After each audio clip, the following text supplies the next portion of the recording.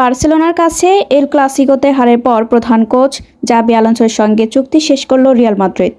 ক্লাবটি জানিয়েছে পারস্পরিক সমঝোতার ভিত্তিতে এই সিদ্ধান্ত নেওয়া হয়েছে।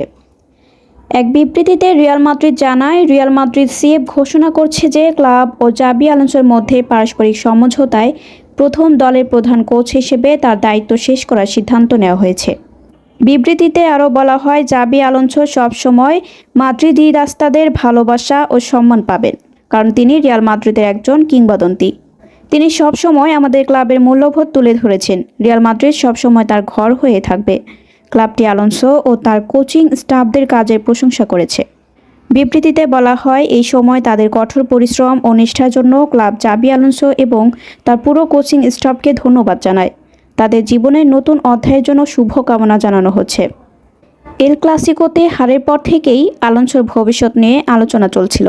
শেষ পর্যন্ত সেই আলোচনা বাস্তব রূপ পেল। রিয়াল মাদ্রিদ এখন নতুন কোচের পথে হাঁটতে যাচ্ছে।